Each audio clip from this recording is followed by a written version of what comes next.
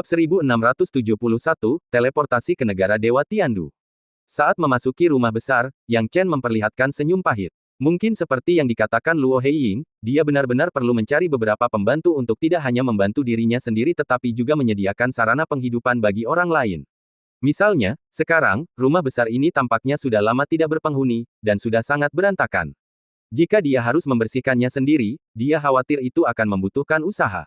Untungnya, dia tidak sendirian. Dengan sedikit panggilan dari dalam ruang sungai delapan ujung, para wanita duyung dari suku manusia ikan keluar. Tuan muda, Anda memanggil kami. Semua wanita putri duyung itu bertanya dengan hormat. Yang Chen menjawab dengan ramah, ya, bantu aku membersihkan rumah besar ini. Selain itu, siapkan formasi di dekat sini. Tidak perlu terlalu kuat, tetapi orang biasa tidak boleh dibiarkan mengintipnya dengan mudah. Seiring berjalannya waktu, dengan bantuannya, ingatan tentang warisan suku manusia ikan perlahan pulih. Meskipun masih ada jarak dari pemulihan total, setidaknya mereka mulai pulih. Selain itu, ia juga memberi mereka banyak rampasan perang dan harta yang diambil dari musuh. Karena itu, suku manusia ikan telah membuat kemajuan penting dalam hal teknik pembentukan dan pelarangan. Setidaknya membentuk formasi untuk membantunya melindungi rumah besar itu tidak akan menjadi masalah. Merasa terkekang karena tinggal di ruang sungai mengalir delapan ujung, para wanita putri duyung dengan senang hati setuju dan segera mulai menyibukkan diri, tampak sangat ceria. Sayangnya, aku tidak membawa banyak manusia ikan. Yang Chen menghela napas saat melihat para wanita putri duyung ini. Dia tidak bisa tidak merindukan rumah lamanya. Dia datang terburu-buru dan tanpa pilihan, tidak yakin dengan status sekte wilayah utara saat ini. Sulit untuk melepaskan beberapa hal, selain itu, dia tidak tahu apakah akan ada kesempatan untuk kembali dalam kehidupan ini. Jika ia tahu akan sampai di tempat ini, ia tidak akan meninggalkan penyesalan. Sayangnya, waktu tidak menunggu siapapun, dan takdir tidak memberinya kemewahan untuk memilih. Dengan pikiran seperti itu, Yang Chen menghela napas dalam-dalam. Bukan karena dia kurang percaya diri, hanya saja dengan Hong Yue yang belum ditemukan dan dendam Hua Wanru yang belum terselesaikan, masalah pengembalian tampak lebih menantang. Sambil mendesah dalam hatinya, Yang Chen tahu bahwa masalahnya tidak dapat diselesaikan untuk saat ini, jadi dia menunda memikirkannya untuk saat ini. Meskipun manusia ikan yang dibawanya tidak banyak, mereka secara alami tekun dan cakap. Baik dalam membangun formasi maupun membersihkan rumah, hanya dalam 3 hari, semuanya hampir sempurna. Yang Chen memandangi rumah besar yang baru dipoles dan formasi yang baru dibangun, lalu mengangguk puas. Semakin dia merasa seperti ini, semakin dia menyadari bahwa dia membutuhkan sejumlah pelayan. Meskipun suku manusia ikan dapat membantu dalam beberapa hal, tidaklah pantas bagi mereka untuk menangani semuanya. Selain itu, status mereka relatif memalukan dan tidak dapat dengan mudah diungkapkan. Tuan muda, apakah Anda ingin kami mendirikan halaman pengobatan di dalam rumah besar ini? Seorang wanita putri duyung bertanya. Yang Chen merenung sejenak, lalu menggelengkan kepalanya, tidak perlu. Kita tidak akan tinggal di sini terlalu lama. Para putri duyung tidak mengerti maksud perkataan Yang Chen. Bagaimanapun, mereka baru saja menempati rumah baru dan hendak pergi, yang mana sulit bagi mereka untuk memahaminya. Akan tetapi mereka tidak bertanya lebih lanjut dan hanya mengangguk setuju. Yang Chen melanjutkan, nanti, aku akan menutup diri selama beberapa hari.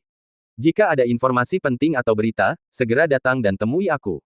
Baik, Tuan muda. Para putri duyung itu pun menyetujuinya dengan suara bulat. Dengan itu, Yang Chen memasuki kamarnya dan memulai retret singkatnya. Sebenarnya, dia memutuskan untuk beristirahat sejenak. Lagi pula, masih banyak hal yang belum dia tangani, seperti belum mempelajari teknik tombak Yuan campuran dan masalah istana warisan.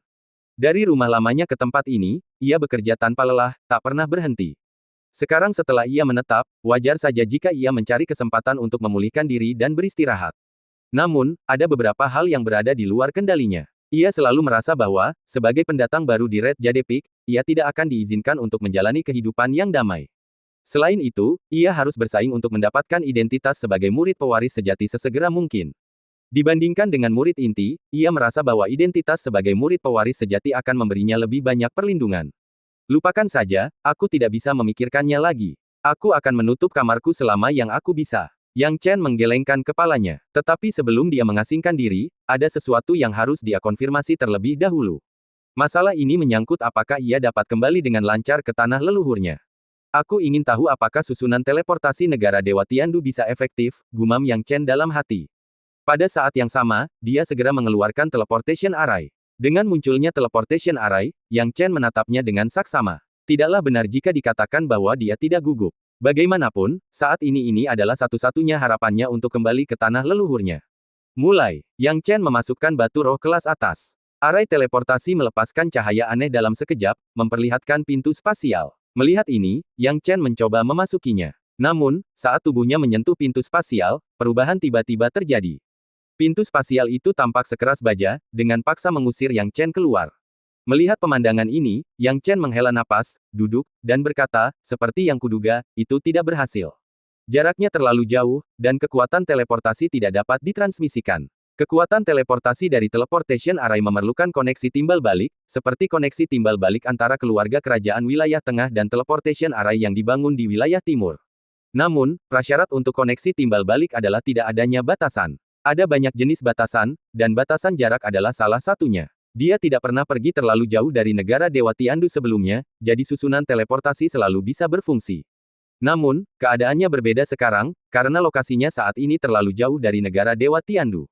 Pada jarak sebegitu jauhnya, efek koneksi timbal balik tak dapat terwujud, dan susunan teleportasi yang diciptakan Kaisar Tiandu saat itu pun tak dapat berfungsi sama sekali. Sekarang, pintu spasial ini hanya diciptakan dengan energi dari batu roh kelas atas, tanpa kekuatan teleportasi apapun. Yang Chen pasti berbohong jika dia mengatakan dia tidak patah hati. Namun, dia tidak punya pilihan lain untuk saat ini, jadi dia melambaikan tangannya dan melemparkan arai teleportasi ke samping. Sepertinya aku harus mencari cara lain untuk kembali. Untuk saat ini, aku harus mengurus masalah Golden Claw terlebih dahulu. Yang Chen menarik napas dalam-dalam dan berpikir, Golden Claw pasti senang dengan rumah baru seperti Menara Dewa Iblis. Dengan pikiran itu, dia mengeluarkan Menara Dewa Iblis dan menggantungnya di udara. Kemudian, tanpa mengucapkan sepatah kata pun, dia memasuki ruang 8 ekstremitas yang mengalir. Dalam waktu singkat, dia dan Golden Claw keluar bersama, dan segera memasuki Menara Dewa Iblis. Bab 1672, Pertarungan yang Menyenangkan. Setengah jam kemudian, di lantai 3 Menara Dewa Iblis, cakar emas terbang bebas di seluruh lantai 3, tertawa terbahak-bahak saat terbang, Tuan Muda, di mana Anda menemukan lingkungan kultivasi yang menakjubkan ini? Berkultivasi di sini jauh lebih menyenangkan daripada berkultivasi di Sungai Delapan Ujung yang mengalir. Saya harus lebih banyak berlatih di sini, haha, saya merasa bahwa jika saya berkultivasi di sini, menembus tahap Jinzun sudah dekat. Selama kamu memiliki keyakinan ini, kamu harus terus berkultivasi dengan baik di sini. Ketika kultivasimu berhasil, kita, saudara-saudara, akan berjuang berdampingan. Yang Chen tertawa. Jangan khawatir, Tuan Muda, hari itu tidak akan lama lagi. Sayang sekali kedua beruang konyol itu tidak ada di sini. Jika mereka memiliki lingkungan kultivasi yang bagus untuk berlatih, kekuatan mereka pasti akan meroket. Kata Golden Claw. Mendengar ini, Yang Chen tidak dapat menahan diri untuk tidak menghela nafas.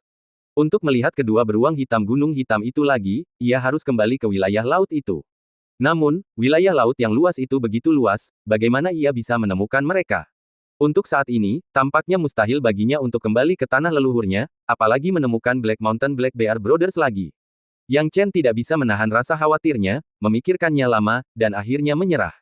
Adapun Kunpang, dia tidak membawanya. Alasan utamanya adalah karena Yang Chen menganggap Golden Claw lebih berharga.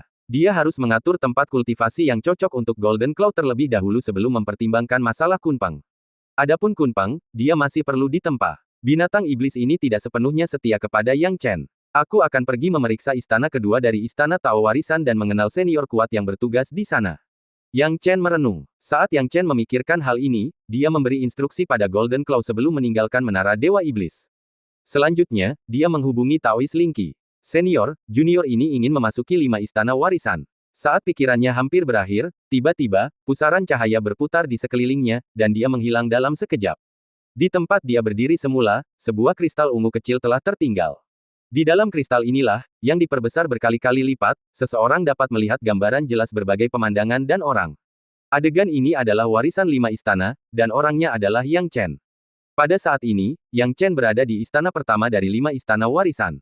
Junior Yang Chen memberi hormat kepada senior Linky. Yang Chen berkata dengan hormat, aku telah mengamati semua yang telah kau lakukan akhir-akhir ini, dan aku tidak memiliki apapun untuk dikatakan tentang penampilanmu, dan tidak ada yang dapat kuberikan petunjuk kepadamu.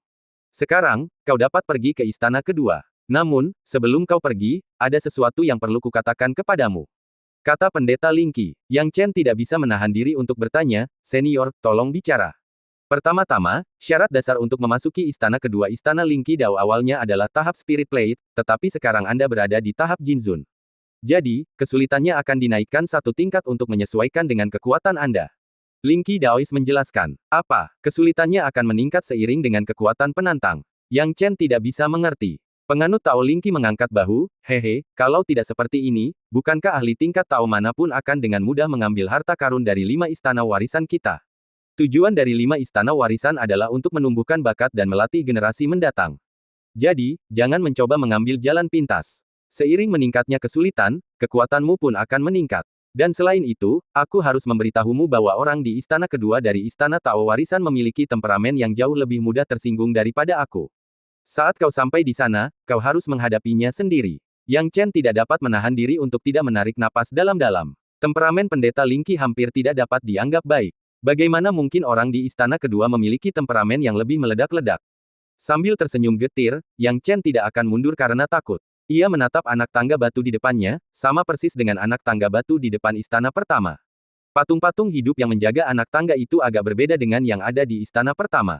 Di tangga batu istana kedua, patung-patung itu berwarna lebih gelap dan lebih tebal daripada yang ada di istana pertama. Mengenai perbedaan lainnya, Yang Chen tidak dapat mengetahuinya. Akan tetapi, Yang Chen tidak menunjukkan sedikit pun rasa meremehkan di wajahnya. Setidaknya peringatan dari Taois Lingqi ada di sana. Kali ini, tidak ada yang bisa membantuku. Yang Chen menarik napas dalam-dalam. Awalnya, dia mendapat bantuan dari Kunpeng dan Golden Claw. Sekarang, dia sendirian. Memikirkan hal itu, Yang Chen tidak mengatakan sepatah kata pun. Dia melangkah maju, terbang langsung ke tangga batu, dan mulai bertarung dengan patung-patung hidup. Ledakan. Dengan serangan seketika dari patung-patung hidup itu, mereka mulai mengayunkan tombak panjang mereka, memberikan Yang Chen pukulan yang dahsyat. Setelah badai besar berlalu, Yang Chen terbang ke langit yang tinggi. Patung-patung hidup di tangga batu istana kedua ini memang lebih merepotkan daripada yang ada di istana pertama. Yang Chen menggertakkan giginya, menyerang dalam sekejap, melampaui baris pertama patung hidup, dan berbaris ke baris kedua, ketiga, keempat, dan kelima. Yang Chen tidak menemui kesulitan apapun di 5 baris pertama, mengandalkan teknik gerakan petir, dewa petir, dan 3 nyala api, dia bisa dengan mudah melewatinya. Kesulitannya baru meningkat saat ia tiba di baris ke-6. Yang Chen memahami aturannya, dan saat kesulitannya meningkat, ia membuka peta penghancuran gunung dan sungai dalam sekejap. Air sungai dan gunung ungu di dalam harta karun roh surgawi misterius mengalir bersama, membantunya melewati baris ke-6 dengan mudah. Tentu saja, kesulitannya tidak berakhir di sana. Berikutnya adalah baris ke-7, dan kesulitannya meningkat sekali lagi. Namun, Yang Chen menggunakan teknik pohon dan berhasil melewatinya tanpa henti, mencapai baris ke-9. Baru ketika ia mencapai baris ke-9 ia menemui masalah. Yang Chen memanggil Zhu Erui untuk meminta bantuan, dan berhasil mencapai baris ke-10. Saat mencapai baris ke-12, teknik Yang Chen tampak agak tidak berguna. Baik itu dewa petir atau api rangkap 3, mereka langsung dihancurkan oleh patung-patung hidup di baris ke-12, dan tanaman merambat yang dipanggil oleh teknik pohon juga terpotong dengan rapi. Memanggil mereka adalah pemborosan ki sejati. Peta kehancuran gunung dan sungai juga tidak membuahkan hasil yang baik. Melihat ini, Yang Chen tidak ragu-ragu mencabut tombak dewa pembantai. Tombak dewa pembantai, keluarlah. Yang Chen berteriak keras. Seketika, teriakan keras terdengar. Hahaha, aku keluar lagi. Tuan, bersama-sama, mari kita bertarung dengan baik. Tombak dewa pembantai berteriak liar. Namun, kali ini berbeda, ia telah berhasil mengakui Yang Chen sebagai tuannya dan memutuskan untuk bertarung berdampingan dengannya. Sebelumnya, Yang Chen hampir tidak memperhatikan tawa tombak dewa pembantai. Namun sekarang, setelah mendengarnya lagi, dia tidak bisa menahan perasaan terharu. Sambil tersenyum, Yang Chen menjawab ajakan tombak dewa pembantai, baiklah, mari kita bertarung hebat. Bab 1673, Pakar Api. Saat berikutnya, Yang Chen tidak bisa menahan tawa. Seketika itu juga, dia berdiri dengan cepat, lalu langsung meraih tombak pembunuh dewa, dan ketika tombak itu mengeluarkan suara tawa yang menyeramkan, dia menusukkannya ke bawah. Tombak ini, tanpa keahlian apapun dalam tombak, hanyalah sekadar sederhana. Tetapi itu lebih dari cukup. Saat tombak itu terhunus, sebuah garis paralel hitam melesat di udara dengan kecepatan yang amat tinggi, menghantam patung-patung hidup di baris ke-10. Yang Chen mengira tombak ini hanya akan menciptakan peluang baginya, tetapi siapa yang tahu bahwa kekuatan garis paralel hitam ini jauh melampaui imajinasinya. Tombak itu menyebabkan pergolakan total di seluruh ruang, dan patung-patung di baris ke-10 sebenarnya tidak dapat menahan serangan itu dan jatuh berjatuhan. Dan tidak berhenti di situ, momentum itu menyapu hingga ke patung-patung hidup di baris ke-11, tidak menunjukkan tanda-tanda akan berhenti, dan menjungkir balikannya juga. Maksudnya, ia dapat melompat 2 baris dan langsung menuju baris terakhir, baris ke-12. Tembakan tunggal ini telah menembus kelemahan. Kekuatannya jauh lebih kuat daripada sebelum ia menjadi tuannya. Apa yang terjadi? Yang Chen bingung. Haha, Tuan Muda, Anda pasti bertanya-tanya mengapa kekuatannya meningkat begitu banyak. Sejujurnya, ini bahkan bukan kekuatan penuh saya, tetapi saya menahan sedikit sebelumnya ketika saya bersama Anda dan tidak mengerahkan seluruh kekuatan. Selain itu, kuncinya adalah saya belum mengakui Anda sebagai tuan saya.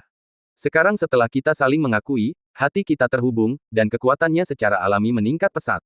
Patung-patung kecil yang hidup ini tidak dapat menghentikan Anda dengan saya di sini. Tombak pembunuh ilahi berkata dengan arogan. Yang Chen marah sekaligus geli. Awalnya dia mengira bahwa dia cukup pintar untuk memaksa tombak pembunuh dewa mengerahkan seluruh kemampuannya, tetapi siapa yang tahu bahwa tombak itu masih menahannya. Tetapi sekarang bukan saatnya memikirkan hal-hal ini. Kekuatan tombak pembunuh ilahi di tangannya benar-benar mengerikan. Ayo kita lakukan lagi. Yang Chen memegang tombak dan menyerang sekali lagi. Kekuatan yang sama seperti sebelumnya, atau bahkan lebih kuat karena keakraban. Patung hidup di baris ke-12 tidak bertahan lama dan kemudian runtuh. Melihat ini, Yang Chen secara alami memanfaatkan kesempatan itu dan tiba di depan istana kedua dalam sekejap. Hahaha, bagaimana dengan itu? Aku hebat, kan? Temperamen Divine Flying Spear tetap tidak berubah, tetap arogan dan angkuh seperti sebelumnya. Yang Chen tidak mempermasalahkannya. Perhatiannya kini terpusat pada istana kedua. Menatap istana kedua, Yang Chen merasa seakan-akan sedang menatap tungku api raksasa, seakan-akan istana di dalamnya terbakar hebat.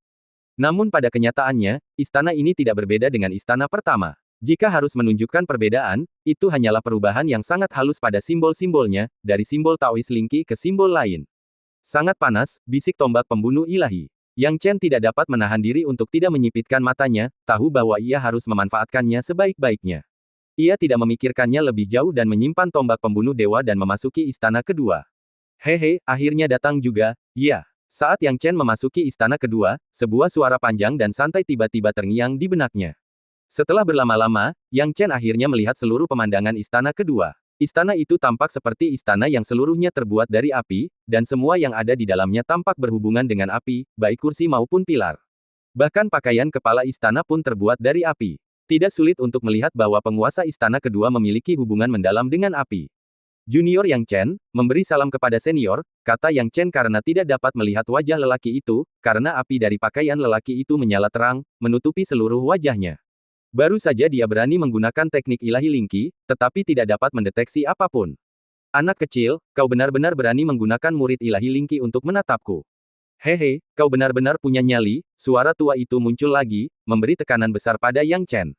Junior ini telah menyinggungmu, dan aku harap senior tidak akan menganggapnya sebagai masalah pribadi, kata Yang Chen sambil tersenyum pahit, menyadari bahwa apa yang dikatakan pendeta Lingqi tentang temperamen master istana kedua memang benar. Si pemadam kebakaran berkata dengan dingin, anak kecil, apakah aku akan menganggapnya serius atau tidak tergantung pada kinerjamu. Karena kamu telah mewarisi jabatan Lingqi Daois, aku dapat membuat pengecualian untukmu dan tidak membunuhmu. Namun, jika kinerjamu terlalu buruk, aku akan tetap membakarmu dengan api sampai kamu sengsara. Baru setelah itu aku akan mengirimmu ke Lingqi Daois. Yang Chen tidak bisa menahan diri untuk tidak menggigil. Pria api ini benar-benar tidak masuk akal. Dia tidak bisa menahan senyum getir di dalam hatinya, tetapi dia tidak merendahkan diri ke level pria itu. Sebaliknya, dia berkata, aku tidak tahu apa yang harus kulakukan untuk memuaskan senior. Sangat sederhana, aku hanya suka api. Jika kau ingin memuaskanku, kau harus menunjukkan sesuatu yang mengesankan dengan api. Aku melihat teknikmu ketika kau menerobos istana kedua tadi, dan tampaknya kau memiliki beberapa keterampilan dengan api. Namun, tampaknya itu bukan ketergantungan utamamu pada api, melainkan menggunakan cara lain untuk akhirnya datang ke istana ini, yang membuatku sangat tidak puas. Tapi aku tidak akan menolakmu begitu saja, dan aku dapat memberimu kesempatan untuk sepenuhnya menunjukkan teknik apimu agar aku dapat melihatnya dengan jelas, kata manusia api dengan dingin. Yang Chen berkedip. Tuntutan pria itu terlalu luas. Hanya karena dia menggunakan cara lain untuk sampai di sini sudah cukup untuk membuatnya tidak puas. Dia menggelengkan kepalanya tanpa daya dan berkata, kalau begitu, junior ini akan menunjukkan keahlian menembaknya. Baiklah, langsung saja serang aku. Aku akan melihat seberapa hebat kemampuanmu dalam menggunakan api, perintah si pemadam kebakaran. Tanpa ragu-ragu, Yang Chen segera bertindak, menampilkan ketiga lapisan apinya. Yang paling depan adalah api suci langit yang berkobar, diikuti oleh api langit berbintang, dan terakhir, api cahaya. Tiga api itu, yang dipadukan bersama dan menggunakan kehebatan kitab suci Taiyi, langsung menuju ke arah manusia api. Ini adalah teknik api tingkat tertinggi yang dapat dilakukan Yang Chen saat ini. Dia tidak menyembunyikan keahliannya, tetapi langsung menunjukkan kemampuannya yang paling kuat. Jika hal itu pun tidak dapat memuaskan lelaki tersebut, maka ia akan bingung dan harus pasrah pada nasib. Si pemadam kebakaran tampaknya tidak terlalu peduli dengan 3 api milik Yang Chen. Namun, saat Yang Chen baru setengah jalan menggunakan tekniknya, si pemadam kebakaran tiba-tiba menyadari sesuatu dan tertawa terbahak-bahak. Dari balik pakaian pemadam kebakaran, dia menghirup api Yang Chen dalam-dalam. Yang Chen sangat terkejut, karena manusia api tidak menggunakan sedikit pun tingkat kultivasinya untuk melahap api, tetapi hanya mengandalkan api. Hal ini membuat Yang Chen menelan ludah dengan gugup. Keahlian lelaki itu dalam menggunakan api jauh melampaui dirinya sendiri dan merupakan seorang ahli yang belum pernah dilihatnya sebelumnya. Kitab Suci Tai Yi, ya, benar sekali, anak kecil, apakah kamu mengolah sebuah teknik yang disebut Kitab Suci Tai Yi? Bab 1674, Tai Chi Raja Sejati. Manusia api, alih-alih mengambil tindakan, tertawa terbahak-bahak dan menanyakan kata-kata ini kepada Yang Chen. Yang Chen benar-benar terkejut dengan kata-kata pihak lain. Dia tidak bisa menahan perasaan sedikit waspada dan hati-hati, tetapi tidak menyembunyikan apapun. Senior, bagaimana Anda tahu bahwa junior ini sedang mengolah kitab suci Tai Chi? Hehehe, karena kitab suci Tai Chi sejati ini diciptakan oleh orang tua ini. Kata manusia api, penuh dengan kebanggaan dalam nada bicaranya. Apa, kitab suci Tai Chi sejati diciptakan oleh senior? Mungkinkah senior adalah raja sejati Tai Chi? Tidak, itu tidak benar, itu tidak mungkin. Meskipun Raja Sejati Tai Chi telah lama meninggalkan era saya, sumber daya di area itu tidak cukup untuk mendukungnya menjadi seorang Taois, dan usia Raja Sejati Tai Chi dan warisan 5 istana masih agak berbeda. Yang Chen merenungkannya, berbicara pada dirinya sendiri, merasa bahwa itu sama sekali tidak masuk akal. Dia pasti mengagumi Tai Chi True Monarch dan bahkan mendesah bahwa dia tidak memiliki kesempatan untuk mendapatkan semua Tai Chi True Scripture, jika tidak, kendali dan penggunaan apinya pasti akan meningkat kekuatannya. Tetapi mengaguminya adalah satu hal, dia berpikir bahwa Tai Chi True Monarch memang kuat pada saat itu, tetapi paling-paling, dia akan dianggap hebat di tahap demigod. Paling-paling, dia akan seperti Ling Yan, yang telah mencapai tahap awal alam dewa sejati. Namun, tahap awal alam dewa sejati adalah batasnya, bukan karena Raja Sejati Tai Chi tidak mampu, tetapi karena sumber daya yang tidak mencukupi. Jika sumber daya di sana dapat mendukung kultivasi manusia untuk menjadi seorang Taois, itu akan sangat berarti. Fireman mendengus, Tai Chi True Monarch, hehe, bisa dibilang begitu. Aku memang dianggap sebagai Tai Chi True Monarch. Dipertimbangkan, apa maksud senior dengan itu? Yang Chen tidak bisa mengerti. Si pemadam kebakaran berkata perlahan, orang tua ini sudah terlalu lama berada di 5 istana warisan. Pendeta Tao Elang Emas memintaku untuk menunggu pewaris yang cocok, siapa tahu kapan itu akan terjadi. Orang tua ini tidak ingin melihat warisannya sendiri hancur di tangannya. Jadi, aku mengirim roh primordial yang telah kubudidayakan selama bertahun-tahun ke dalam Tai Chi True Monarch untuk melakukan perjalanan dan akhirnya tiba di daerah persemaian yang lebih rendah. Aku tidak memiliki banyak harapan untuk daerah persemaian itu, aku hanya berpikir bahwa jika benar-benar ada orang yang ditakdirkan, kitab suci Tai Chi sejatiku akan perlahan-lahan diturunkan. Jadi aku meletakkan sebagian kecil kitab suci Tai Chi sejati di daerah persemaian itu. Tapi, pada titik ini, si pemadam kebakaran tampak agak marah. Hal ini membuat Yang Chen kebingungan bagaikan seorang pendeta, tidak tahu mengapa manusia api tiba-tiba menjadi marah. Si manusia api berkata dengan tegas, siapa yang mengira, 1000 tahun kemudian ketika aku menggunakan identitas Raja Sejati Tai Chi untuk kembali ke daerah persemaian itu, aku menemukan bahwa manusia di sana tidak menganggap serius kitab suci sejati Tai Chi yang sengaja aku wariskan. Mereka yang hilang tetaplah hilang, mereka yang terabaikan tetaplah terabaikan. Orang-orang ini menggunakan metodeku untuk alkimia, yang membuatku sangat marah. Setelah menyebabkan beberapa insiden, aku melepaskan amarahku dan memilih untuk mengabaikan manusia-manusia itu. Aku memanggil kembali roh primordialku. Manusia-manusia di daerah persemaian itu picik, mereka tidak akan mengerti kekuatan metode kultivasiku dalam kehidupan ini. Sedangkan untukmu, hehe, aku tidak pernah menyangka bahwa kau, seorang anak dari daerah persemaian, akan memiliki kitab suci sejati Tai Chi yang kuwariskan secara kebetulan. Tetapi dilihat dari penampilanmu, sepertinya kau bahkan belum selesai mempelajari bagian yang kuwariskan. Yang Chen tersenyum tak berdaya dan berkata dengan canggung, senior seharusnya sudah menyelesaikan total 6 jilid. Meskipun junior ini memiliki beberapa peluang, saya hanya berlatih 2 jilid. Mendengar ini, Yang Chen tak kuasa menahan diri untuk tidak mendesak atas keberuntungannya. Ketika orang-orang dari tanah leluhurnya mendengar ini, mereka mungkin akan merasa ingin menangis. Siapa yang tahu bahwa pencipta kitab suci Tai Chi adalah sosok yang begitu kuat? Terlebih lagi, tokoh yang kuat ini bersedia mewariskan metode kultivasi ini, tetapi pada akhirnya, tidak ada seorang pun yang mempelajarinya. Kalau ada yang tahu asal-muasal metode kultivasi ini, pasti akan berjuang mati-matian untuk mempelajarinya. Tidak heran teknik apimu masih tampak kurang terampil. Faktanya, kitab suci Tai Chi ku terbagi menjadi 3 tingkat. Aku hanya menuliskan tingkat pertama, yang tampaknya seperti 6 jilid, tetapi pada kenyataannya, aku membagi tingkat pertama menjadi 6 bagian yang lebih kecil. Kau bahkan belum menguasai tingkat pertama, jadi wajar saja, kau tidak dapat mempelajari rahasia yang sebenarnya.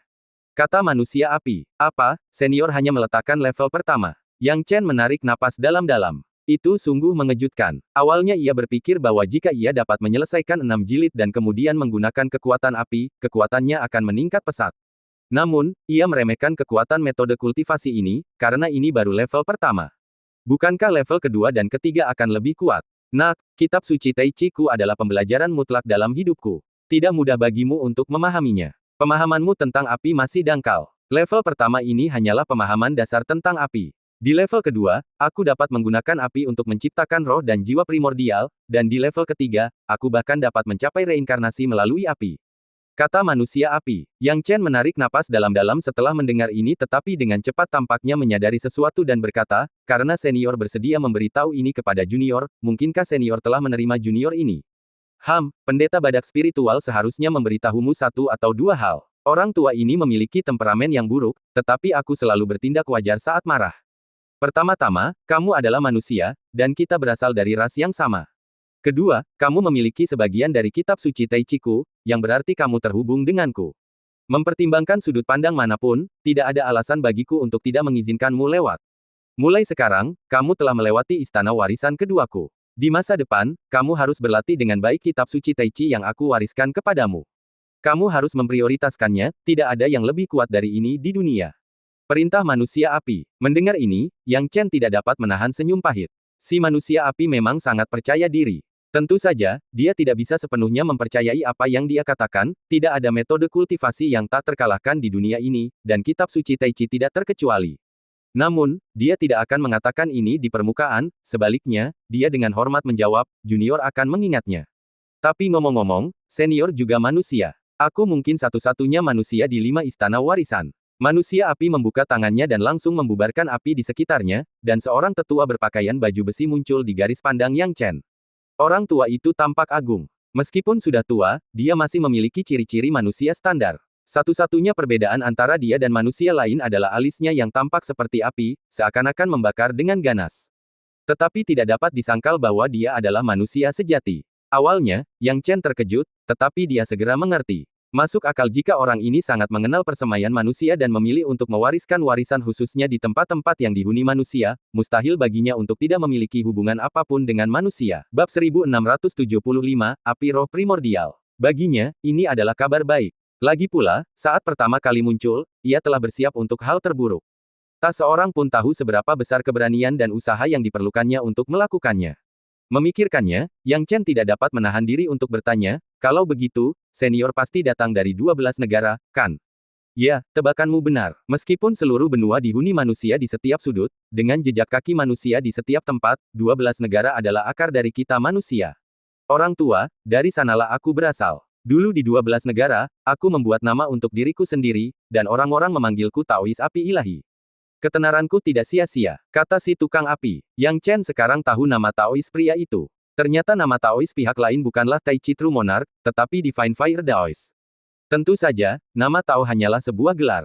Misalnya, ia pernah menjadi kaisar di tanah leluhurnya sebelumnya, tetapi ia tidak memiliki gelar tertentu, dan ia tetap berkembang.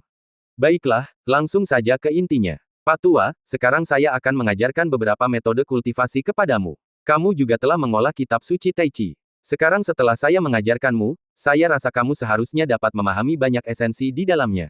Kata Taois Api Ilahi. Yang Chen tidak berani ceroboh, dan setelah mendengar kata-kata orang lain, dia segera memusatkan perhatian penuhnya. Dengan menggenggam tangannya, Taois Api Ilahi menanamkan serangkaian kenangan langsung ke dalam pikiran Yang Chen. Yang Chen hanya merasa sedikit pusing. Ketika dia sadar, ada banyak hal lain dalam ingatannya. Setelah memilah-milah ingatan tambahan ini, Yang Chen menyadari bahwa itu adalah kitab suci Tai Chi yang lengkap. Memikirkan hal ini, Yang Chen tentu saja sangat gembira. Bagaimanapun, dia telah melakukan perjalanan jauh dan luas di tahun-tahun awalnya, menggunakan kekuatan 9 ekor sapi jantan dan 2 ekor harimau untuk mengumpulkan 3 jilid, dan mengolah 2 jilid. Sekarang dengan kitab suci yang lengkap diletakkan di depannya, berjumlah 18 jilid yang dibagi menjadi 3 tingkat, itu jauh lebih banyak daripada 6 jilid yang sebelumnya dia harapkan, jadi bagaimana mungkin dia tidak gembira. Ini seperti menemukan apa yang Anda cari tanpa usaha setelah mencari kemana-mana tanpa hasil. Saya putus asa, tetapi sekarang semuanya datang kepada saya dalam sekejap. Yang Chen tertawa, menggelengkan kepalanya. Dia kemudian mulai memilah-milah pikirannya dan mempelajari kitab suci Tai Chi dengan saksama. Saat dia belajar dengan saksama, Yang Chen dipenuhi dengan keterkejutan dan menarik napas dalam-dalam. Lantai pertama baik-baik saja, bahkan ketika diolah secara maksimal, itu hanya meningkatkan kekuatan seseorang. Namun, lantai kedua dan tingkat ketiga benar-benar seperti yang dikatakan oleh Taois api ilahi, dengan satu efek ilahi yang lebih misterius daripada yang terakhir. Bagaimana, anak kecil, apakah ada yang ingin kau katakan? Tanya Taois api ilahi dengan suara keras. Yang Chen menarik napas dalam-dalam, kitab suci Tai Chi senior sulit dipahami junior dalam waktu singkat. Aku tidak akan menyebutkan hal lain, tetapi lantai pertama adalah sesuatu yang dapat kupahami dengan kemampuanku. Lantai kedua, aku masih bisa memahaminya. Tetapi lantai ketiga, aku sama sekali tidak tahu apa-apa, dan aku tidak tahu di mana kebijaksanaan dan esensi senior berada. Anak kecil, kamu sudah melakukannya dengan baik, kupikir kamu hanya bisa memahami lantai pertama paling banyak karena kamu telah mempelajari 2 volume, tetapi kamu juga telah memahami banyak hal di lantai kedua. Sepertinya kamu juga memiliki hubungan takdir dengan api. Silakan ceritakan kepadaku wawasanmu tentang lantai kedua dan apa yang tidak kamu pahami, aku dapat membantu menjawab pertanyaanmu. Kata Taois api ilahi. Yang Chen berpikir sejenak dan berkata, arti sebenarnya dari kitab suci Tai Chi lantai 2, menurut senior, terutama berbicara tentang roh primordial. Saya hanya tahu sedikit tentang roh primordial, tetapi saya mengerti bahwa senior ingin menyampaikan gagasan tentang mengintegrasikan esensi api ke dalam esensi tubuh manusia, dan kemudian memisahkannya, untuk menciptakan kehidupan baru. Itulah pemahaman senior. Haha, bocah kecil, aku tidak menyangka kau benar-benar mengerti uraianku tentang lantai kedua kitab suci Tai Chi. Sang Taois api ilahi tertawa terbahak-bahak. Benar sekali, lantai kedua terutama tentang roh purba. Dan roh purba memang kehidupan baru, seperti yang kau pahami. Menciptakan kehidupan baru dengan api. Yang Chen bingung. Apakah kamu tahu apa itu roh primordial? Dan apakah kamu tahu berapa banyak orang setingkatku yang bermimpi mendapatkan roh primordial setiap hari? Tanya Taois api ilahi dengan ramah. Apa sebenarnya roh primordial itu? Yang Chen bingung. Roh primordial dapat dipahami sebagai kehidupan kedua seorang kultivator. Setelah berhasil disempurnakan, ia akan menjadi klon dari tubuh utama. Kata Taois api ilahi. Klon. Yang Chen merenung, menganggukkan kepalanya, dan memikirkan inkarnasi eksternal Li Ruoxiang. Tampaknya Daois api ilahi telah memahami pemahaman Yang Chen, dan dia melambaikan tangannya, jangan meremehkan kloninganku, dan jangan bandingkan kitab suci Tai Chi sejatiku dengan teknik inkarnasi eksternal biasa. Begitu kloninganku dikultivasikan, itu akan sama seperti diriku sekarang. Saat dia selesai bicara, Taois api ilahi melambaikan lengan bajunya, dan seseorang langsung terkelupas dari tubuhnya, yang tampak persis seperti Taois api ilahi, persis seperti orang yang sama. Melihat pemandangan seperti itu, Yang Chen tentu saja terkejut, tetapi tidak heran, karena klon Li Ruoxiang juga seperti ini. Namun, dia segera tidak bisa duduk diam karena klon Taois api ilahi menunjukkan tingkat kultivasi yang sama dengan Taois api ilahi. Mereka semua berada di level Tao. Yang Chen terguncang. Tingkat kultivasi klon Li Ruoxiang, Saintes Qinyin, mengharuskannya untuk memulai dari awal, dan dia harus terpisah dari tingkat kultivasi tubuh utamanya untuk mencapai pemisahan. Namun, klon Daois api ilahi ini memiliki tingkat kultivasi yang sama. Memiliki tingkat kultivasi yang sama adalah kuncinya. Tentu saja, itu hanya sebagian saja. Ada banyak orang di dunia yang dapat mencapai klon dengan tingkat kultivasi yang sama, tetapi milikku berbeda. Tubuhku membawa avatar, dan bahkan jika aku mati, selama avatarku masih ada, aku masih bisa hidup. Ini adalah poin krusialnya, kata Taois api ilahi sambil menyeringai. Mata Yang Chen membelalak, bagaimana mungkin, bisakah avatar benar-benar menggantikan tubuh utama dan tetap hidup? Avatar dan tubuh utama adalah satu dan sama, jadi ketika tubuh utama mati, avatar adalah tubuh utama. Itulah perbedaan antara avatar saya dan klon biasa. Taois api ilahi menjelaskan, ini juga alasan mengapa saya menekankan roh primordial karena ketika saya mengolah avatar saya, itu dimulai dengan mengolah roh primordial, dan roh primordial tubuh utama saya akan menyatu dengan avatar, yang secara alami berarti tidak akan ada banyak perbedaan antara avatar dan tubuh utama. Yang Chen menarik napas dalam-dalam dan berkata, ini sungguh luar biasa. Kemampuan senior benar-benar di luar pemahaman junior. Anakmu ini pandai berbicara. Sejujurnya, jika kau benar-benar mengolah roh primordial api, teknik api milikmu akan hampir sempurna, dan kemudian kau dapat fokus untuk memahami lantai ketiga. Tentu saja, lantai ketiga ini bukanlah sesuatu yang dapat kau olah hanya karena kau menginginkannya. Sangat sulit bagi roh primordial untuk terlahir kembali dengan api.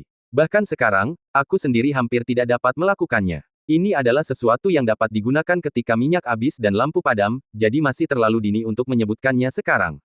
Aku hanya akan memberimu beberapa petunjuk tentang penggunaan roh primordial saat kau mengolahnya. Bab 1676, Mencari Masalah. Terima kasih atas bimbinganmu, Junior siap mendengarkan. Yang Chen berseru dengan gembira dan segera mendengarkan dengan penuh perhatian. Mendapatkan petunjuk dari Taois api ilahi tak ternilai harganya. Kitab suci Taichi sejatiku tidak memiliki persyaratan khusus untuk lantai pertama, tetapi lantai kedua mengharuskan seseorang untuk mencapai alam dewa sejati, dan tingkat ketiga mengharuskan seseorang untuk mencapai tingkat yang sama denganku. Proses pemurnian roh primordial didasarkan pada api yang saat ini kamu kembangkan. Aku melihat bahwa kamu membudidayakan 3 jenis api, 2 di antaranya adalah api aneh, dan 1 adalah api iblis, jadi kamu pasti sangat beruntung. Saranku kepadamu adalah bahwa meskipun lantai pertama mungkin yang terbaik untukmu, belum terlambat untuk mengumpulkan 5 jenis api dan memurnikan roh primordialmu. Jangan terlalu terburu-buru. Tentu saja, api aneh tidak terlalu jarang, tetapi sulit dipahami. Jika kamu benar-benar tidak dapat menemukannya, kamu dapat memurnikan api ki sejati, tetapi ini adalah pilihan terakhir. Jangan menggunakannya kecuali jika diperlukan. Kata Taois api ilahi. Yang Chen tidak dapat mengerti, 5 jenis api. Apakah itu berarti semakin banyak api yang Anda miliki, semakin baik efeknya saat memurnikan roh primordial? Tidak, bukan berarti semakin banyak api yang kamu miliki, semakin baik efek pemurniannya. Memurnikan roh primordial dengan 5 jenis api akan menghasilkan efek ajaib tertentu. Saat kamu mencapai tahap akhir lantai pertama, kamu secara alami akan mengerti apa yang aku maksud, kata Taois api ilahi. Yang Chen mendengarkan dengan penuh perhatian dan menghafalnya dalam diam. Tampaknya di masa mendatang, dia harus mencari waktu untuk bertanya tentang Strain Fire. Junior sudah menuliskannya, kata Yang Chen. Asalkan kamu mengingatnya, itu bagus. Sekarang, aku sudah memberitahumu semua yang perlu kukatakan, dan kamu boleh pergi. Datanglah menemuiku lagi saat kamu telah membuat kemajuan dalam kultivasimu, sehingga aku tidak akan merasa tidak senang.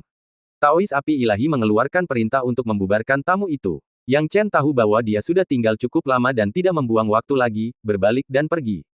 Begitu dia pergi, Yang Chen keluar dari 5 istana warisan dan kembali ke puncak giok merah. Ruangannya masih sama dan tempatnya sama seperti sebelumnya. Namun, saat Yang Chen membuka matanya, dia merasakan fluktuasi halus di sekelilingnya. Apakah ada seseorang di luar kediamanku? Yang Chen merasakan sesuatu. Kemudian, seorang wanita putri duyung mengetuk pintu dengan keras seolah-olah dia telah mengalami sesuatu yang mendesak. Yang Chen, tentu saja, tidak menunda dan membuka pintu, menatap wanita putri duyung itu dengan rasa ingin tahu, ada apa? Tuan muda, ada orang di luar kediaman, dan kelompok ini sudah ada di sini cukup lama. Apa yang terjadi? Yang Chen bingung, ceritakan lebih banyak padaku. Wanita putri duyung itu menjelaskan situasinya dengan jelas. Yang Chen mengangguk, memahami situasinya. Ia menduga bahwa ia tidak akan mengalami masa-masa yang mudah di puncak giok merah karena ia masih baru di sini. Ternyata, ia benar. Ia baru saja menetap dan mulai menyendiri selama kurang dari setengah bulan sebelum orang-orang datang mencarinya. 3 hari yang lalu, sekelompok orang datang ke kediamannya, tampak sangat sopan, dan melemparkan jimat transmisi suara, yang menunjukkan mereka ingin masuk dan berkunjung sebagai tamu.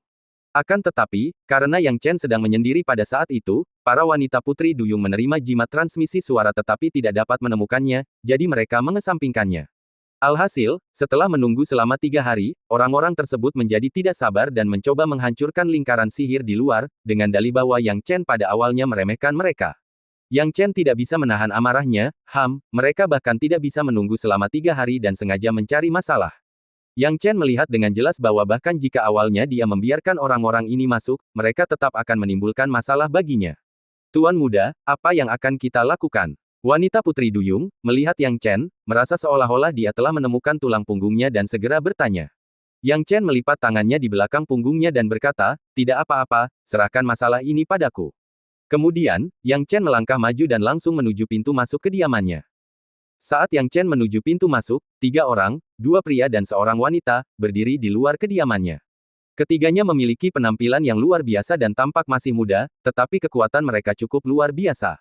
Kedua pria itu baru berada di periode integrasi, tetapi wanita itu telah mencapai tingkat tinggi periode integrasi.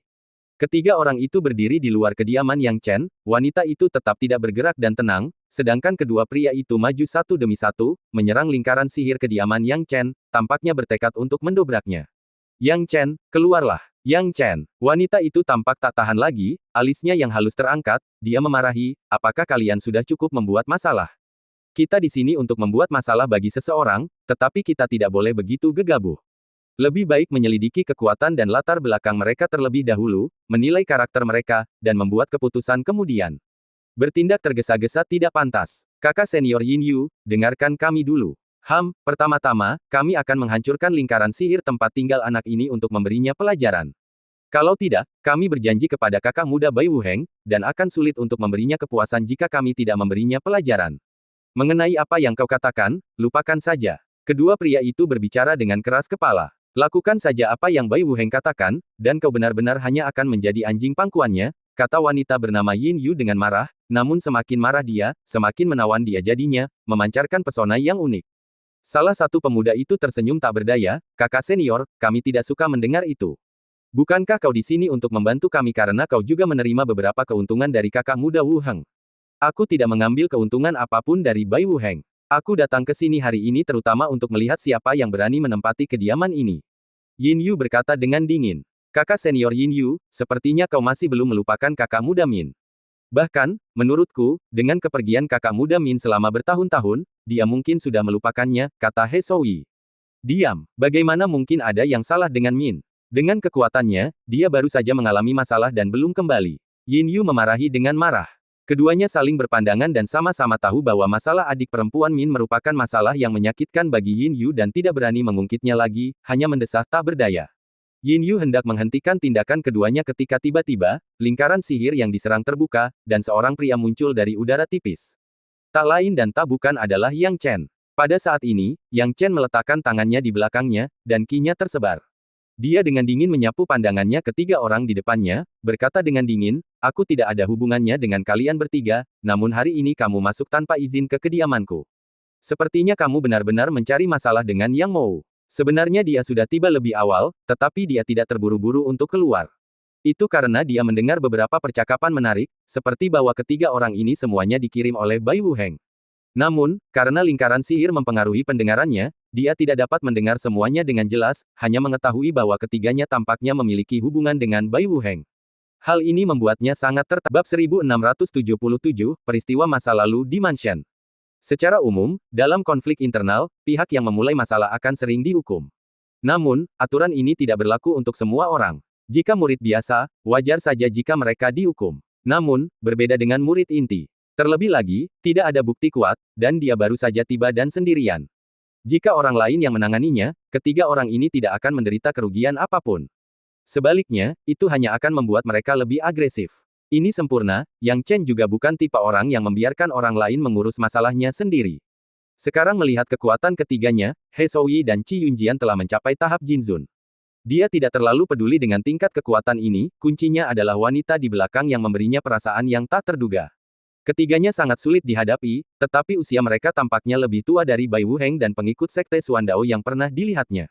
Pastilah Bai Wuheng tidak menjelaskan tingkatan kemampuannya kepada ketiga orang ini, kalau tidak, dia tidak menyangka mereka akan datang kepadanya dengan sukarela.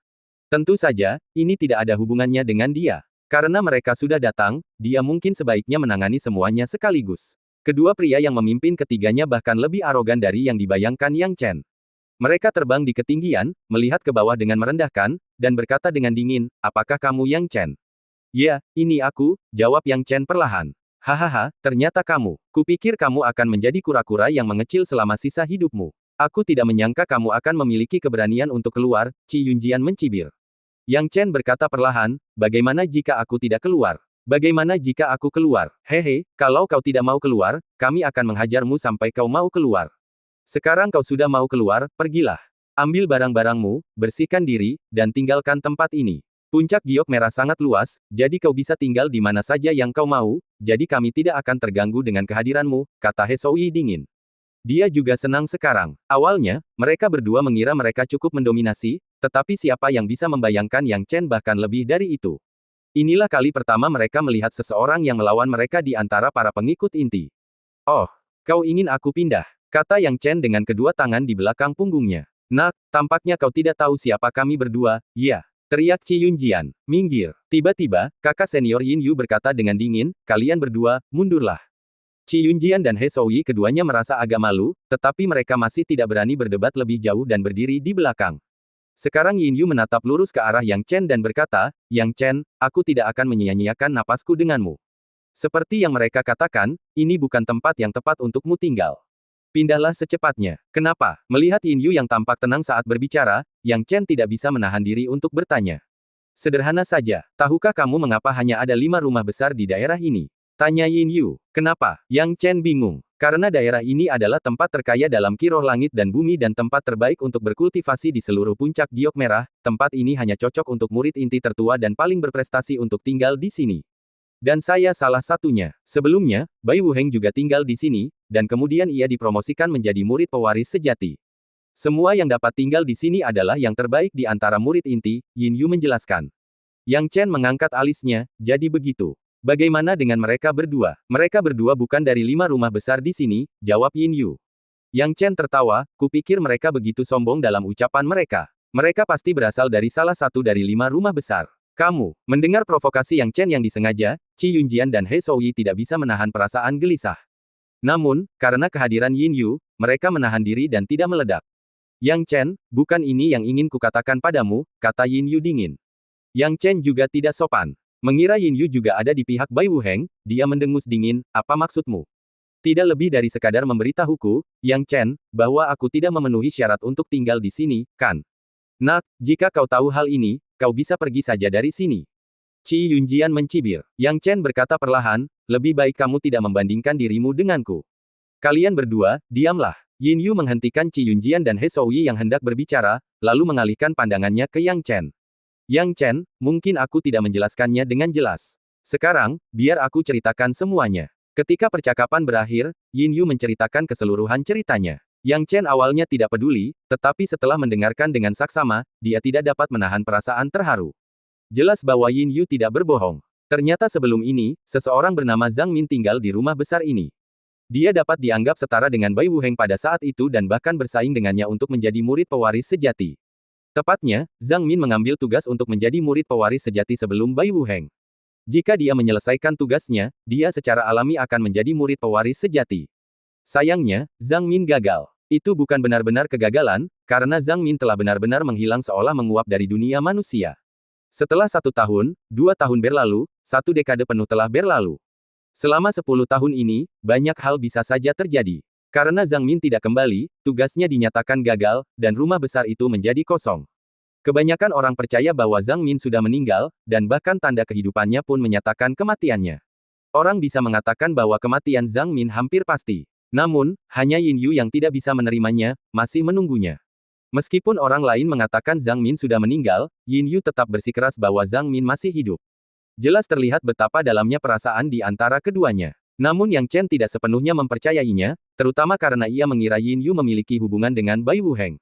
Meskipun ia melihat bahwa Bai Wuheng tidak berbohong, ia tetap waspada. Yang Chen, jika kau bersedia mundur dan meninggalkan rumah ini, aku, Yin Yu, dapat memutuskan untuk memberimu sebagian kompensasi.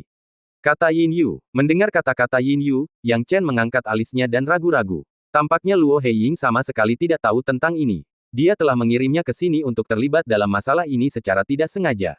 Namun, Luo Heiying tidak dapat disalahkan. Bagaimanapun, bahkan jika dia seorang penatua, mustahil baginya untuk mengetahui segalanya tentang urusan internal sekte. Namun pada kenyataannya, tidak masalah di mana dia tinggal. Dia memang tergoda karena dia masih baru di sini dan tidak ingin membuat masalah. Namun, saat pikirannya mulai bimbang, Qi Yunjian dan He Shouyi melangkah maju di saat yang salah. Kakak senior Yin Yu, mengapa repot-repot membahas persyaratan dengan bocah nakal ini? Apakah dia tampak akan setuju? Kita mungkin juga memberinya pelajaran sendiri dan membiarkannya pergi dengan sukarela. Membalas dendam padanya. Kau terlalu menganggapnya penting. Bab 1678, berapa lama itu bisa berlangsung? Qi Yunjian dan He Shouyi tidak ingin segalanya berakhir begitu saja, apapun yang terjadi.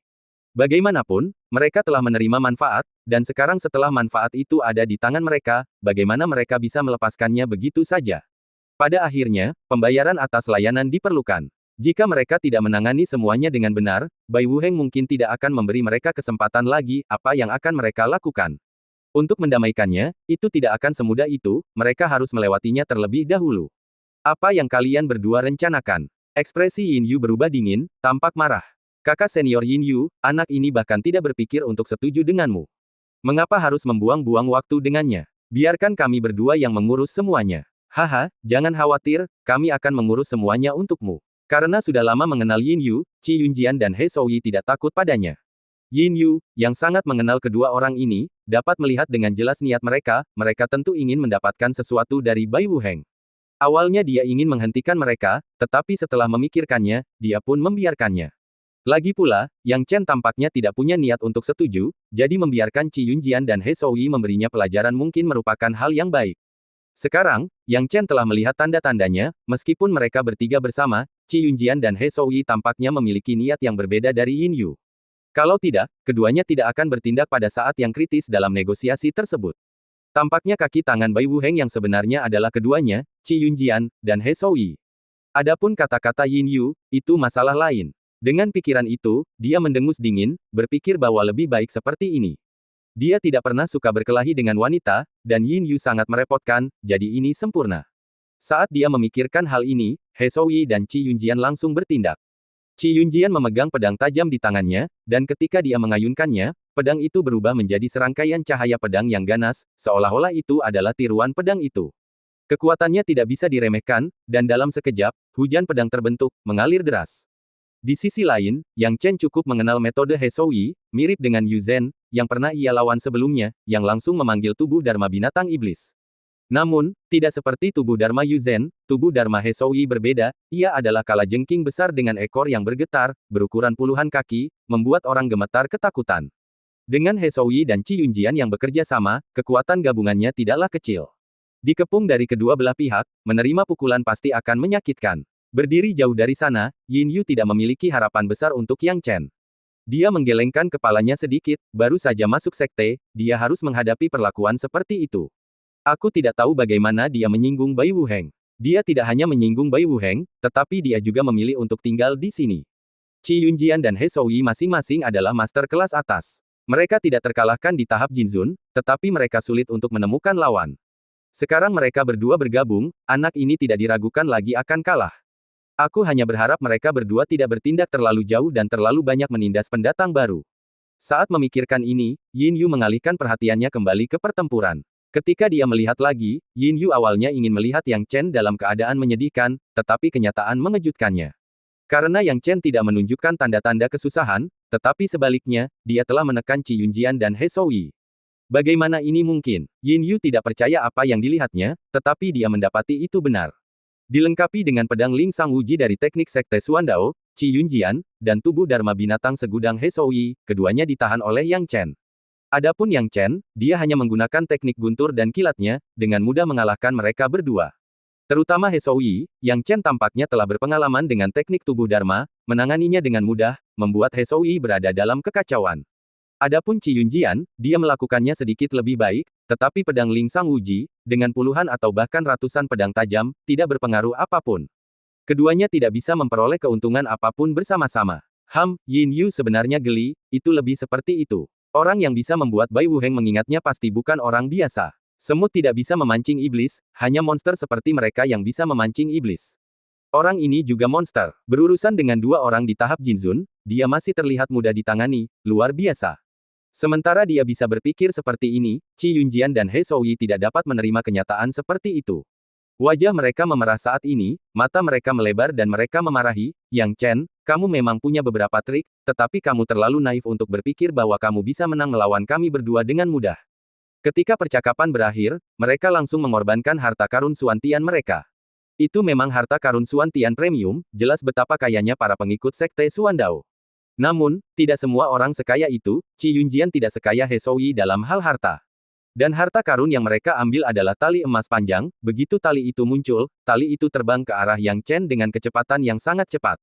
Itu jelas merupakan harta karun untuk membatasi para master. Mengenai hal ini, Yang Chen memiliki banyak pengalaman dan tidak akan membiarkan harta karun itu mendekatinya dengan mudah. Apakah menurutmu hanya kau yang memiliki harta karun Xuantian? Ekspresi Yang Chen acuh tak acuh, dan setelah melihat bahwa keduanya telah mengeluarkan harta karun Xuantian mereka, dia tidak sedikit pun panik.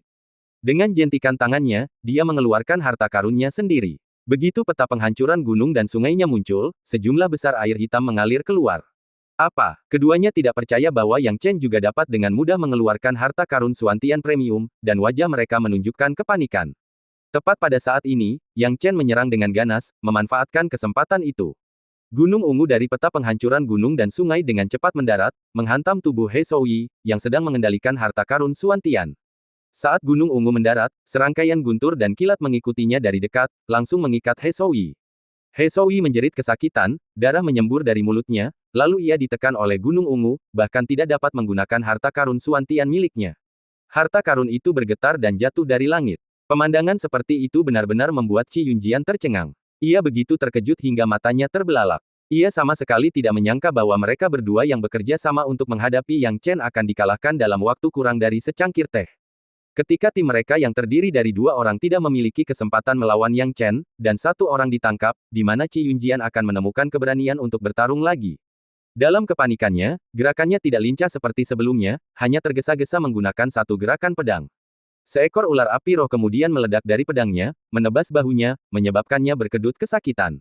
Ah, ampuni aku, ampuni aku. Qi Yunjian berguling-guling di tanah, memohon belas kasihan. Melihat mereka berdua hanya dapat bertahan sejenak sebelum dipukuli hingga tidak memiliki kekuatan untuk melawan, Yin Yu menarik napas dalam-dalam, benar-benar tertegun.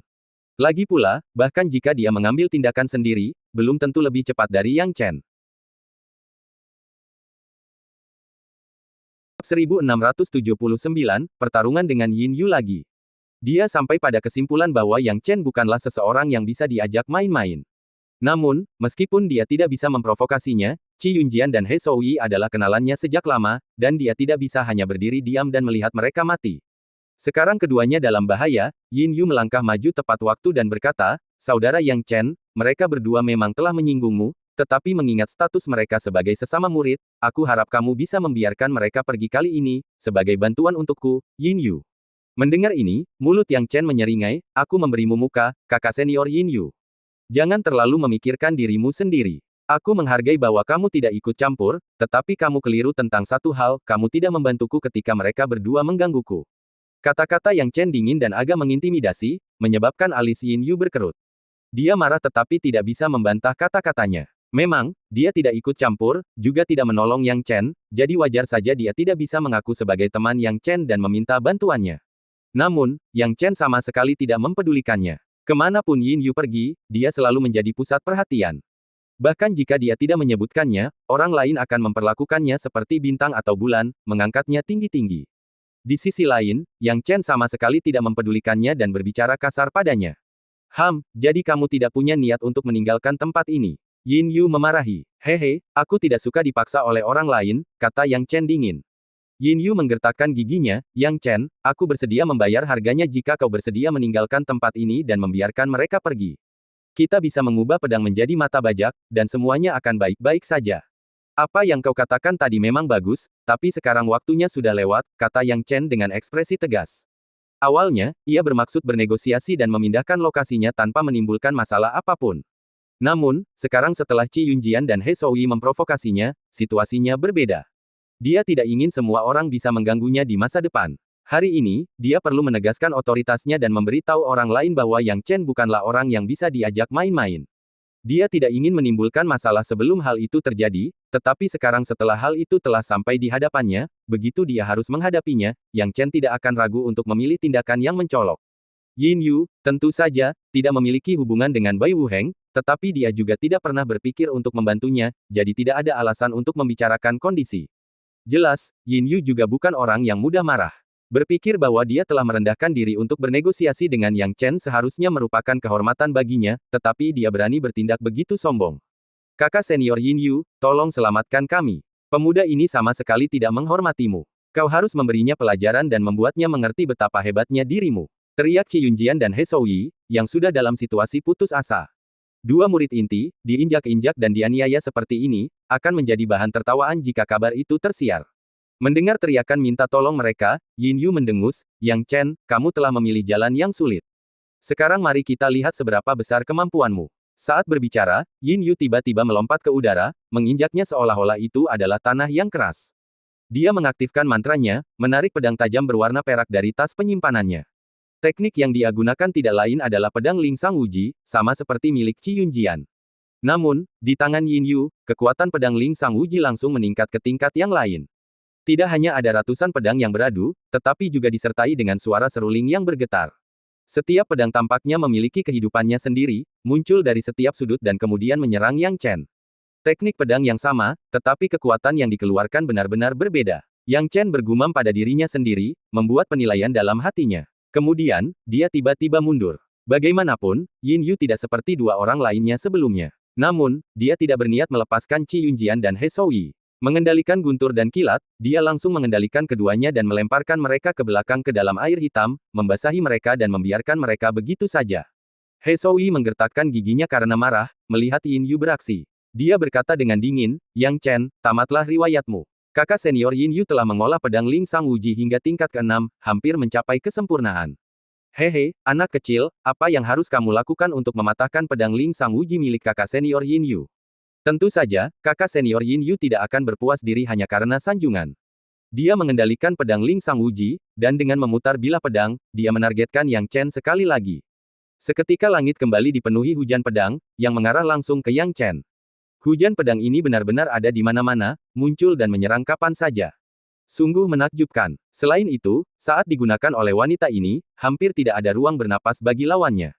Teknik pedang ini berfokus pada serangan dan serangan terus-menerus. Jika aku mengikuti irama pertarungan mereka dan terus-menerus bertahan, kemampuanku tidak akan banyak berguna dan akhirnya aku akan dikalahkan. Aku perlu menemukan cara untuk melakukan serangan balik. Yang Chen mengamati hujan pedang di sekelilingnya, dengan cepat menemukan posisi yang tepat, dan memanggil raksasa petir. Dengan suara gemuruh, dia menghalangi langit yang penuh dengan hujan pedang di luar. Yin Yu bukanlah wanita yang mudah menyerah. Setelah satu gerakan gagal, dia melancarkan serangan lain seperti tetesan air hujan yang jatuh dari langit.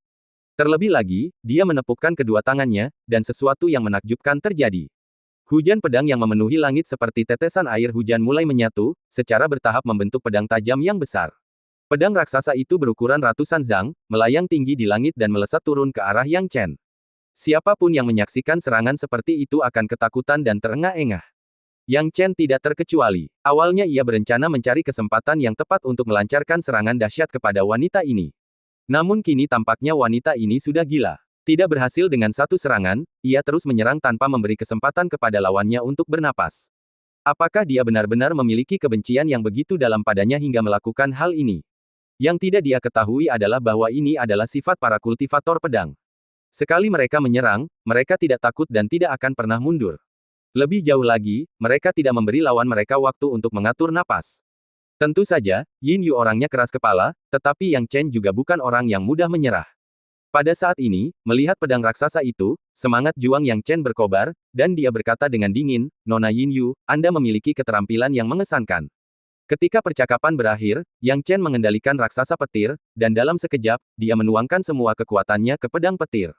Tak lama kemudian, turunnya Dewa Petir dilepaskan dan sejumlah besar guntur serta kilat menyambar, langsung menuju ke pedang raksasa itu. Tabrakan dua energi yang amat mengerikan itu menimbulkan bentrokan yang menggetarkan hati. Qi Yunjian dan He Shouyi benar-benar tercengang. Di mata mereka, Yin Yu adalah iblis sejati, dan mustahil untuk mengalahkannya. Namun, meskipun Yin Yu menunjukkan kekuatan yang mengerikan, Yang Chen tetap tenang dan kalem, masih mampu melawan. Perlu diingat, Yang Chen baru berada di tahap Jinzun. Tabrakan mengerikan ini sungguh mengerikan untuk disaksikan. Mereka seharusnya tidak memprovokasi Yang Chen sejak awal. Sekarang, tidak jelas siapa yang diunggulkan. Apakah Yang Chen, atau Yin Yu? Bab 1680, menebus seseorang. Qi Yunjian dan He Shouyi telah sepenuhnya melupakan rasa sakit di tubuh mereka dan kesulitan yang mereka alami, saat mereka dengan saksama memperhatikan pertarungan antara Yang Chen dan Yin Yu, tidak yakin siapa yang akan menang. Badai yang mengerikan itu, setelah menimbulkan sejumlah besar asap, menghilang dalam waktu singkat. Ketika asap menghilang, Yang Chen dan Yin Yu mundur agak jauh. Keduanya tampak mengalami beberapa luka, tetapi tidak jelas siapa yang mengalami luka lebih parah. Bagaimana dia bisa selamat? Menghadapi kartu truf kakak senior Yin Yu, orang bermarga yang ini ternyata tidak terluka. Seru Qi Yunjian dengan takjub. Pupil mata He Shouyi juga mengecil. Yang Chen tetap tenang, seolah-olah dia sedang menghadapi masalah sepele. Memanfaatkan kesempatan setelah tabrakan, dia melancarkan serangkaian serangan, dan ular api roh yang diam muncul di belakang Yin Yu, menganga lebar untuk menggigitnya. Yin Yu segera menemukan ular itu dan menghindar, lalu buru-buru menggunakan pedang Ling Sang Wuji untuk melawan. Dia tidak dimanfaatkan oleh ular api roh itu. Namun, teknik Dewa Petir Yang Chen segera tiba, dan tak lama kemudian dia berubah dari pasif menjadi mengambil inisiatif. Wajah He Shouyi dan Qi Yunjian menegang, berpikir, ini buruk. Qi Yunjian, sebagai seorang kultivator pedang, tahu betul bahwa begitu seorang kultivator pedang ditekan, akhir mereka akan sangat menyedihkan. Saat bertarung dengan orang lain, seorang kultivator pedang harus terus menyerang tanpa henti, menekan lawan hingga mereka tidak dapat mengatur napas atau mengangkat kepala. Menggunakan serangan melawan serangan dan kekerasan melawan kekerasan adalah jalan utama menuju kemenangan. Demikian pula, begitu seorang pendekar pedang jatuh ke dalam kondisi pasif dan dikalahkan oleh orang lain, akan sangat sulit bagi mereka untuk membalikkan keadaan. Meskipun mereka mungkin belum kalah, kekalahan hanyalah masalah waktu. Wajah Yin Yu memerah karena malu, menyadari bahwa situasinya tidak baik. Dia tidak mampu kehilangan dirinya sendiri, dan tidak bisa membiarkan Qi Yunjian dan He Shouyi dipermalukan oleh Yang Chen hari ini, jadi dia mengatupkan giginya dan memilih untuk menyerah. Yang Chen, apa gunanya kita terus bertengkar? Kita bertiga sudah kalah hari ini, dan aku, Yin Yu, meminta maaf padamu di sini. Kau bisa tinggal di sini, dan kami tidak akan ikut campur lagi. Mengapa kita tidak berubah dari musuh menjadi teman? Teriak Yin Yu. Namun, Yang Chen tampaknya tidak mendengarnya, dan tidak menunjukkan tanda-tanda menahan diri. Gerakannya masih cepat dan kejam. Melihat ini, Yin Yu melotot marah dan menegur, Yang Chen, apakah kamu benar-benar ingin memaksa seorang wanita sepertiku untuk memohon padamu? Apakah kamu benar-benar ingin mendorongku, seorang wanita, ke tepi jurang? Mendengar ini, Yang Chen akhirnya berhenti perlahan. Jelaslah bahwa Yin Yu berusaha keras untuk mengucapkan kata-kata itu, lagi pula, lawannya tampaknya bukan seseorang yang bisa dengan mudah diminta belas kasihan. Yang Chen berkata dengan malas, karena kakak senior Yin Yu sudah mengatakannya, baiklah, aku akan memberimu sedikit muka dan tidak akan melakukan tindakan apapun pada sesama murid. Mendengar ini, Yin Yu akhirnya menghela napas lega, khawatir amarah Yang Chen akan meledak dan menyebabkan pertarungan hidup atau mati, yang akan mengerikan. Lagi pula, bahkan orang bodoh pun dapat melihat bahwa jika mereka terus bertarung hari ini, satu-satunya pilihannya adalah melarikan diri karena malu. Sebenarnya, Yang Chen berhenti bertarung hanya karena Yin Yu tidak melarikan diri. Yin Yu memang setia dan benar, jika dia melarikan diri begitu saja dan meninggalkan teman-temannya tanpa daya, dia tidak akan bisa berbuat apa-apa kepada mereka. Mereka bukan tandingannya dan melarikan diri tidak akan berarti apa-apa. Namun, Yin Yu memilih untuk tidak melakukannya dan malah memilih menyelamatkan teman-temannya dengan kehilangan muka. Ini menunjukkan bahwa dia adalah seseorang yang layak untuk dijadikan teman. Klaim awal Yin Yu bahwa dirinya meminta rumah besar atas nama Zhang Min kemungkinan besar sebagian besar benar. Terima kasih, Saudara Yang Chen, karena telah menyelamatkan kami. Kalau begitu, saya harap Anda bisa membebaskan Qi Yunjian dan He Shouyi, kata Yin Yu. Yang Chen tertawa terbahak-bahak dan berkata, kakak senior Yin Yu, sepertinya kamu salah paham. Apa maksudmu? Tanya Yin Yu bingung. Tadi, saat aku bilang tidak akan bertindak, itu hanya untukmu, kakak senior Yin Yu, karena aku merasa kamu enak dipandang. Untuk mereka berdua, lain ceritanya. Maaf, tapi aku merasakan banyak kebencian dari mereka, dan kau tahu aku bukan orang yang mudah marah. Karena mereka memprovokasiku, mereka seharusnya siap dengan konsekuensinya. Sekarang setelah mereka memprovokasiku, tidak semudah itu untuk meminta maaf. Kakak senior Yin Yu, apakah kau benar-benar berpikir aku harus melepaskan mereka berdua hanya karena kau mengatakan kita harus mengubah musuh menjadi teman? Apakah itu berarti siapapun bisa datang dan menggangguku, Yang Chen, di masa depan? Yang Chen berkata sambil tersenyum dingin. Mendengar ini, Yin Yu tidak bisa menahan rasa sakit kepala. Dia tahu ada sesuatu yang salah. Yang Chen baru saja masuk sekte dan perlu membangun gengsinya, dan secara kebetulan, merekalah yang menjadi sasarannya. Ditambah dengan sikap buruk Qi Yunjian dan He Shouyi, mereka menjadi contoh bagi Yang Chen untuk menyampaikan maksudnya. Pada titik ini, baik Qi Yunjian maupun He Shouyi melihat apa yang terjadi dan wajah mereka dipenuhi air mata. Yin Yu menggertakkan giginya dan berkata, adik Yang Chen, apa yang kamu inginkan? Dia bisa melihat bahwa masih ada ruang untuk negosiasi dalam masalah ini. Yang Chen perlu membangun gengsinya dan tidak akan benar-benar memaksa mereka ke sudut. Sederhana saja, jika mereka ingin pergi, pasti ada harga yang harus dibayar, kata Yang Chen perlahan. Yin Yu mengerutkan kening, 50 batu dewa sebagai tebusan untuk setiap orang. 100 keping untuk setiap orang. Yang Chen menjawab langsung. Yang Chen, jangan bertindak terlalu jauh, Yin Yu menghentakkan kakinya dengan marah. Jika bukan karena telah menjadi murid Qi Yunjian dan He Shouyi selama bertahun-tahun, dia akan membiarkan mereka berjuang sendiri. Yang terpenting, Yang Chen ini benar-benar menyebalkan. Dia menggertakkan giginya dan berkata, Yang Chen, 50 batu dewa sudah banyak, kamu harus memikirkannya dengan matang. Maaf, tapi meskipun 50 memang bukan jumlah yang sedikit, aku tidak begitu tertarik dengan jumlah batu dewa yang sedikit. Jika mereka tidak memiliki cukup batu dewa, maaf, tapi aku lebih suka tidak melepaskannya, kata Yang Chen perlahan. Kakak senior, 100 keping saja, kami bersedia memberikan batu dewa sebanyak itu. He Souyi dan Qi Yunjian hampir menangis. Mereka enggan berpisah dengan 100 batu dewa, karena mereka tidak memiliki kemampuan alkimia atau membuat jimat untuk mendapatkan lebih banyak. Batu dewa ini terkumpul melalui kerja keras mereka. 100 batu dewa hampir setengah dari seluruh tabungan mereka, yang sekarang akan digunakan untuk tebusan mereka. Tapi apa pilihan lain yang mereka punya? Apakah mereka punya pilihan? Baiklah, 100 saja. Yin Yu menghela nafas, mengeluarkan 200 batu dewa, dan menyerahkannya kepada Yang Chen. Yang Chen mengambilnya dan tertawa. Dengan mengambil keuntungan langsung dari jumlah besar ini, ia merasa hal itu lebih dari sekadar berharga baginya.